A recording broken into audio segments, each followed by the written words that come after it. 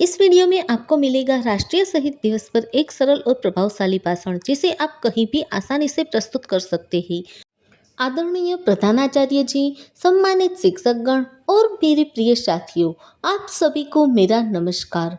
आज हम यहाँ राष्ट्रीय शहीद दिवस 23 मार्च के अवसर पर एकत्रित हुए हैं।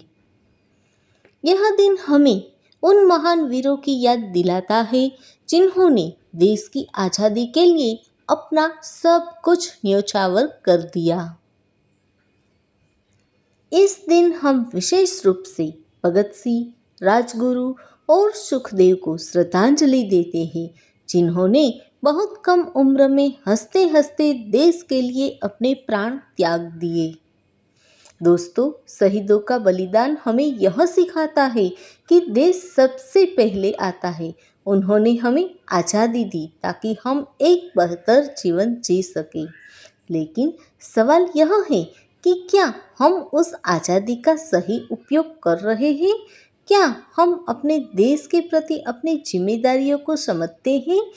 सच्ची श्रद्धांजलि केवल शब्दों से नहीं बल्कि अपने कर्मों से दी जाती है। अगर हम ईमानदारी से पढ़ाई करें, देश के नियमों का पालन करें और एक अच्छे नागरिक बने तो यह शहीदों के प्रति हमारा सम्मान होगा।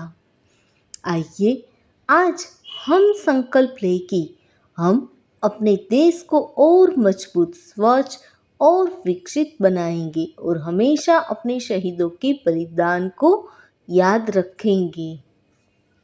अंत में मैं यही कहना चाहूँगा, शहीदों की कुर्बानी कभी व्यर्थ नहीं जाएगी।